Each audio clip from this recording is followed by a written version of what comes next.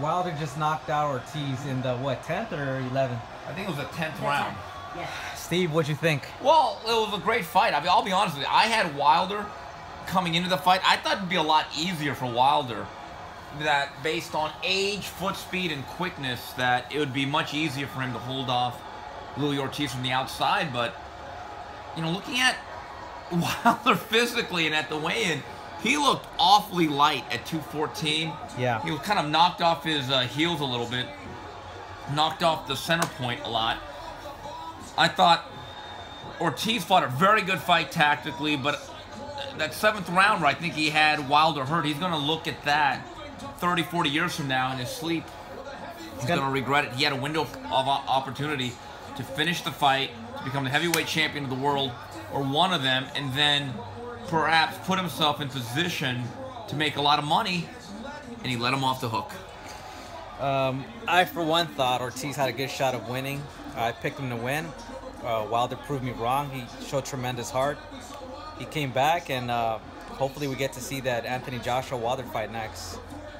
But, hey, tremendous showing from Wilder. He looked good. He looked really good. What'd you think? I completely agree with both of you. When he rocked Wilder in the 7th, he did have that window of opportunity, which he didn't take. I mean, we watched it again and again, and and I wish he just went in on him. But I was very shocked that Wilder was able to come back, and I think Ortiz did better. I also had Ortiz, hopefully winning. He did better than we all expected, but Wilder just came back. He's just his monstrous power really it's just. You can't stop him. I mean, those, like they said, his clubbing punches, his clubbing over right hand, and that uppercut that just knocked him. It was beautiful, I have to say. So, but you know what? Ortiz did a really good job, and now we just see what's gonna happen with Wilder Joshua, or well, let's see first Parker Joshua, right? Joshua Yeah. Parker. So yeah, but good job, guys. Wilder Joshua, what do you think, Steve? If it happens, obviously Joseph. It'll happen. The question is when, and the financial split.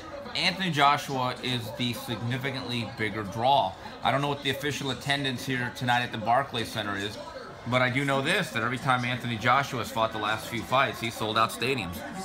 Boxing is a business. He's also a champion. Now, if he wins March 31st against Joseph Parker, he'll be a unified champion. He'll have 2 belts, and I believe he's doing that in front of 60,000, 70,000. So the question then becomes, how reasonable or how compliant will the Wilder side be? And that's basically, it's not Lou DiBella, it's Al Heyman. In terms of being the B side, what type of smaller percentage are they willing to take? Personally, I don't think that fight's going to happen this year. My understanding is if that Wilder was won tonight, he'll probably have to take one more fight. If Joshua wins March 31st, and he's not banged up, he's going to fight August 25th, I believe, at Madison Square Garden against Darrell Big Baby Miller. Now, that's going to be what I call the Beatles, the American invasion. It'll be like what Ricky Hatton did back in 2006 and 7. So that's going to be very contentious because Eddie Hearn's made it very clear, I'm not negotiating with Lou DiBella. Lou DiBella is not the promoter. And like any other company, like Golden Boy with Canelo, he understands that his Canelo is Anthony Joshua, so he's not going to try to come out and make a deal that is not advantageous to him. Now, do I believe Anthony Joshua is a better, more solid, technically sound fighter than Deontay Wilder, who has a lot of flaws?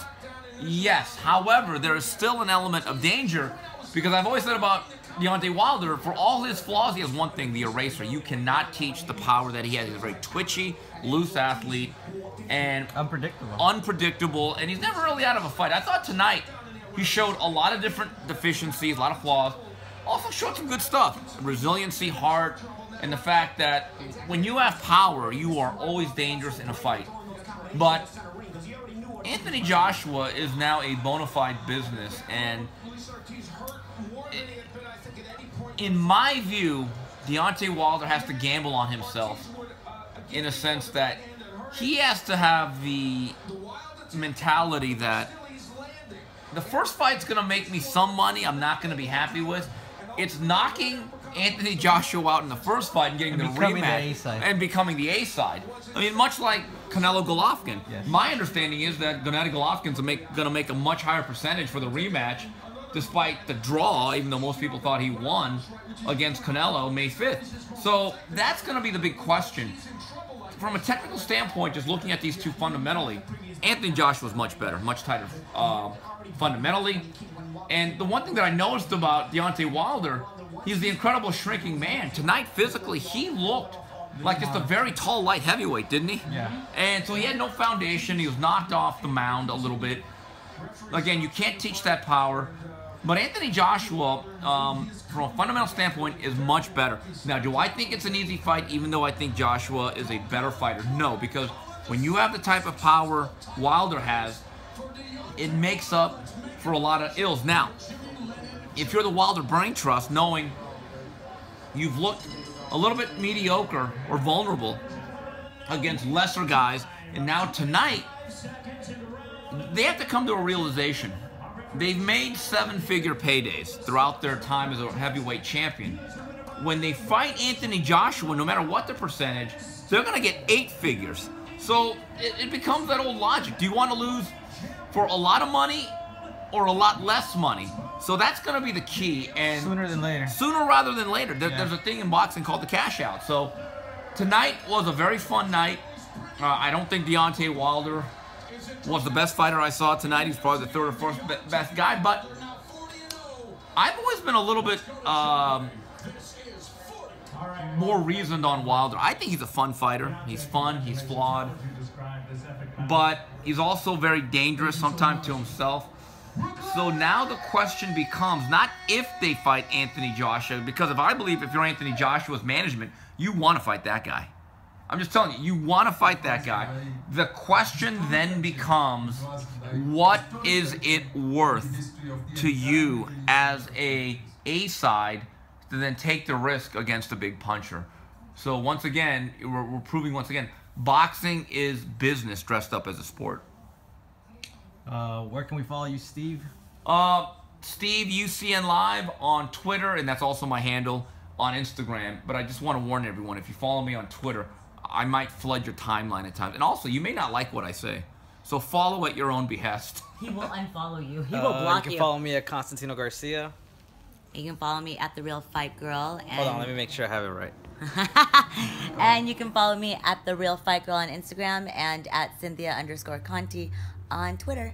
Bye, guys.